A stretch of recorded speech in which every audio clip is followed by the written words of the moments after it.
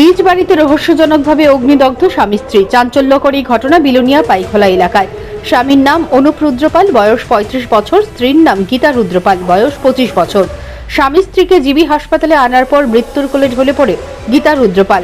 8 বছর আগে অনুপ রুদ্রপাল ও গীতা রুদ্রপালের বিয়ে হয়েছে। বর্তমানে তাদের এক সন্তান রয়েছে। কিন্তু দুপুরে দুজনকে অগ্নিদগ্ধ অবস্থায় বাড়ি থেকে উদ্ধার করে জিবি হাসপাতালে নিয়ে আসেন এলাকার লোকজন।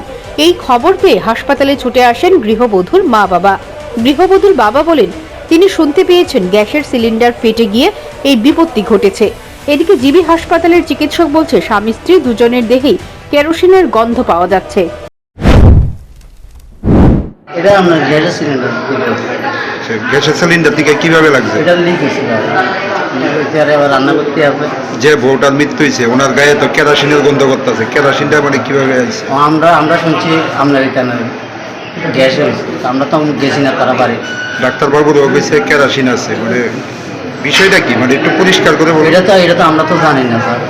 আপনারা গিয়ে কি অবস্থায় পাইছেন স্বামী স্ত্রী? আমরা পাইছি শান্তিবাজার হসপিটালে নিয়ে গেছে। তো আমরা মনে হয় আমি কাজে যেতে আছি, তো কাজের থেকে আবার আমার কাছে ফোন করছে যে ইমার্জেন্সি হসপিটালে আয়ানো লাগে।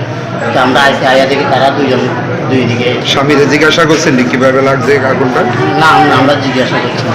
এখন বউটা কি মারা গেছে? জীবিত? মারা গেছে আমার মেয়ে। আর স্বামীর অবস্থা কিরকম?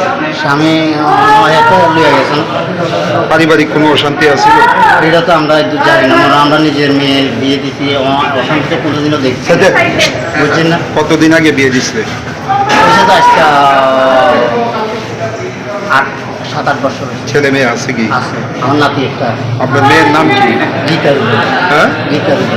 বয়স কত? বয়স কত? 24-24। আর স্বামীর নাম? আপন রুদ্রপাল। বয়সটা কত? সব মনে করেন 35। বাড়িটা কোন জায়গায়? বাড়ি